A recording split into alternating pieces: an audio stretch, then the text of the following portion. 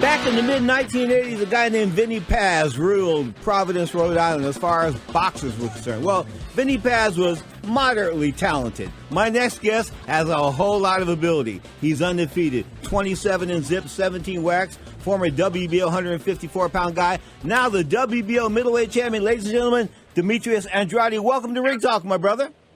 Yo, yo, yo, yo. How's life treating you? It's me again. It's me again. Okay, they call you Boo Boo. Why do they call you Boo Boo? Because when I was young, I used to go outside and come in the house talking about I got boo-boos because I was one of them daredevil kids, and now I just give them. Now you just give them. Straight up, we're talking with the kid from, a young man from Providence, Rhode Island. Hey, what's it like? You'll be at the Dunkin' Donuts Center next week. Was that used to be the Providence Civic Center? Is it the same arena? Yes. Wow. I mean, that place is still rock and rolling. In the 80s, Vinny racked that place a couple of times. Of course, then Vinny went to Atlantic City. But you're coming back home, and you're coming back home with DAZN taking you on TV. How's that feel? Oh, it feels good.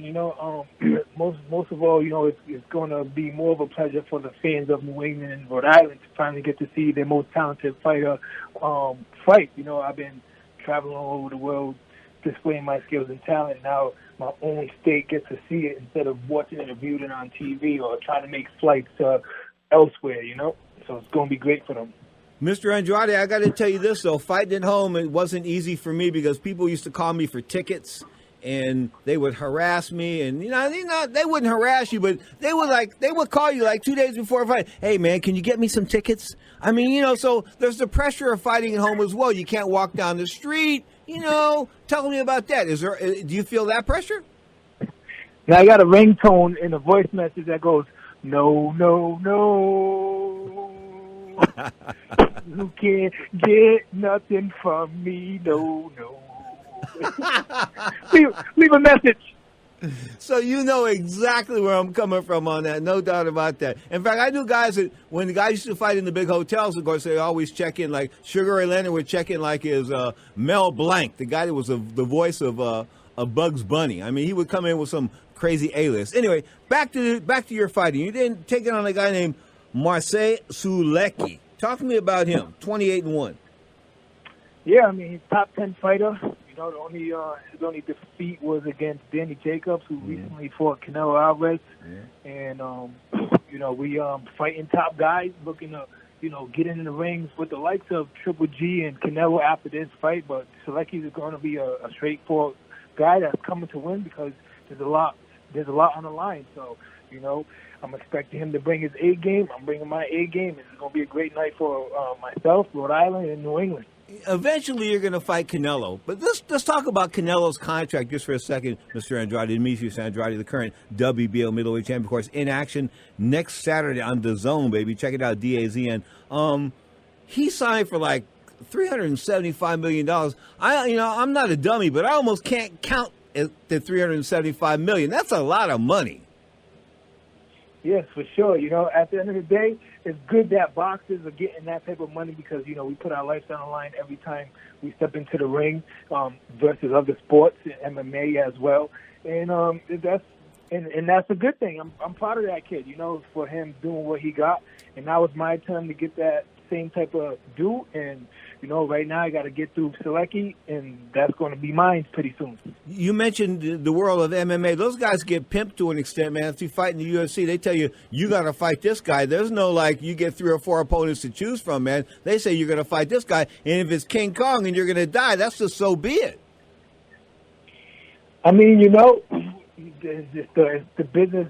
It's the difference between business and how you market things and where boxing is. Boxing's been around for a very long time. It's going to continue to be around for a very long time because it is the sweet science.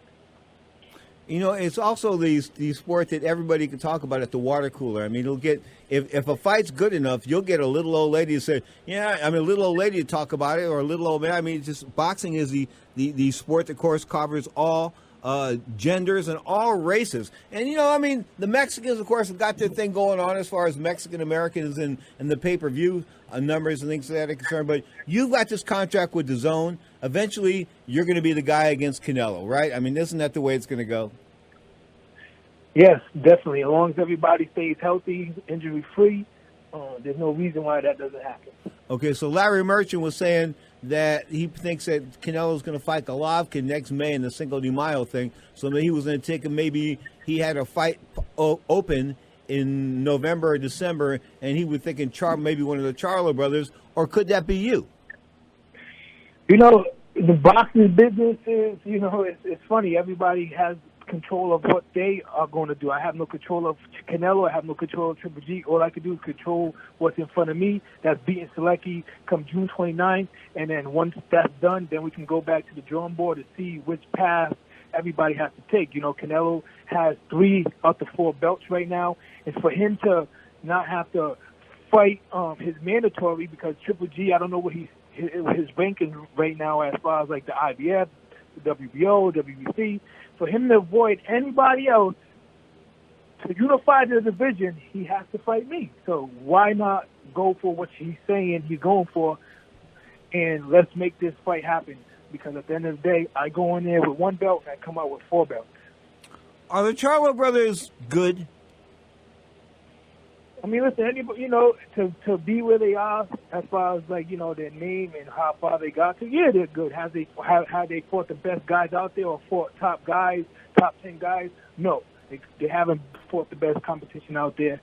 They're doing when they did step up, you already see one of them lost. They almost lost on the same night actually. But at this point right now, it's not about Charlo brothers. It's about Demetrius Andrade, Canelo, Triple G, and right now Maciej Sulecki. That's what it's about. Okay, let me ask you a question. Because you're a boxing entrepreneur, who's the best heavyweight out there? Is it Deontay Wilder? Is it Andy Ruiz? Or is it Tyson Fury? As far as, the heavyweight division, it only takes one shot, and Deontay Wilder has that one shot to the equalizer. So he could be losing for 11 rounds straight. He hits you one time with that bomb squad. He hits you with one of those, man. It's lights out. So, he is definitely one of the top heavyweights right now. And Tyson Fury, I will give number 2. What's your day like? What's your day like? What's Monday like for you? Monday, let's see. Last Monday, this just happened. Got up around like 12 noon. Worked out around 2 p.m., hit the beach around 4 or 5 p.m., and then rest, and then go hit the gym again later on that night. And then, eat during that time, and, take time to read, take time to, watch a little boxing, watch a little movie, Netflix or something, that's how my training camp goes. Is that how you chill in camp, watching Netflix and things like that? Yeah, Netflix, chill, read, do some studying, learn about something, and just stay relaxed, happy, and focused. And like I said, the beach, baby. Ain't nothing like that beach. I'm actually, after I get off the phone with you guys, I'm headed right to the beach. Okay. Are you married? No, I'm not married. Got children? Yes, I do have children. Tell me about your children. I have 3 children. Autumn, summer, and winter are their names, and the ages are autumn 12, summer 7, winter is 4. They was all born in the seasons.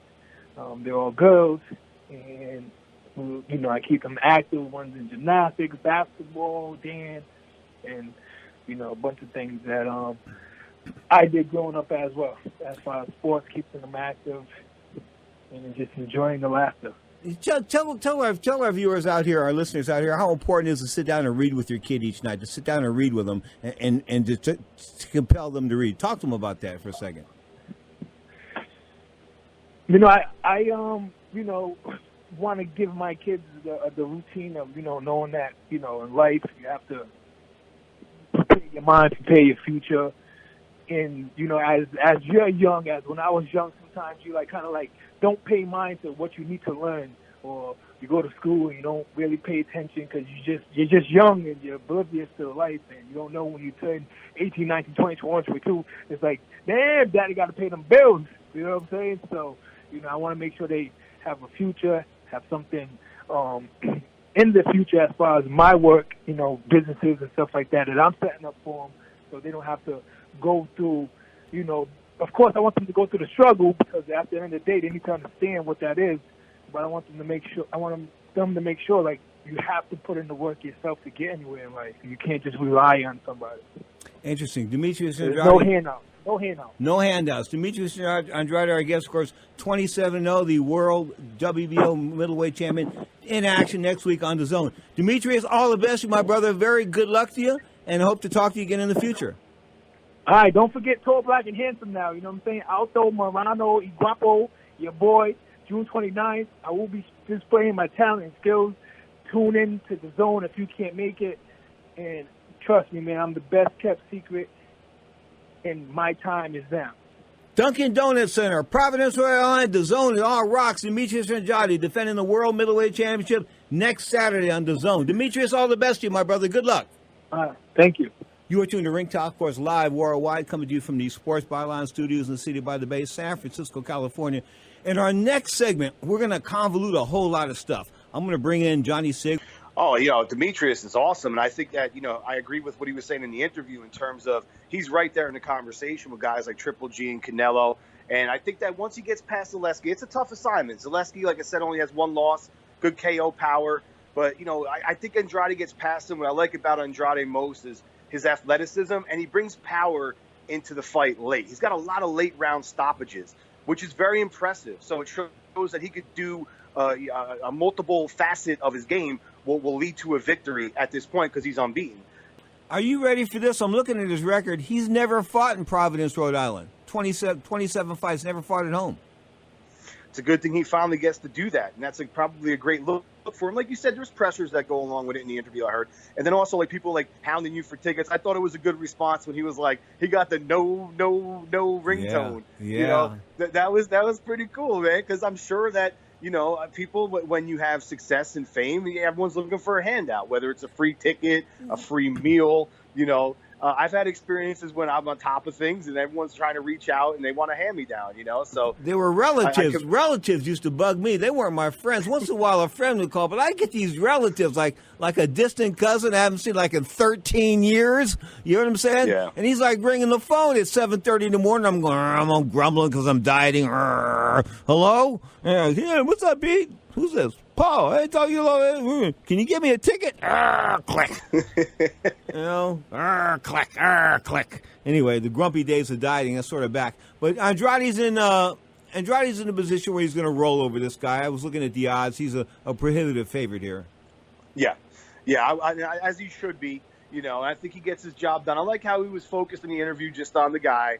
But I think that with Canelo, his next assignment will be sometime in September because you have to remember that it's a Mexican Independence Day weekend holiday. Oh, I was thinking standard flag bearer as far as boxing is concerned in November. So for me, he's fighting in September. Yeah. Now, is it Triple G? We'll see. I'm sure they're trying to negotiate that. I heard they're having a hard time coming together with the site, and Canelo's trying to tell Triple G, go get some belts, make it more worth my while, playing a little hard to get. So maybe if Demetrius Andrade gets past his assignment this weekend, that's a potential fight for September.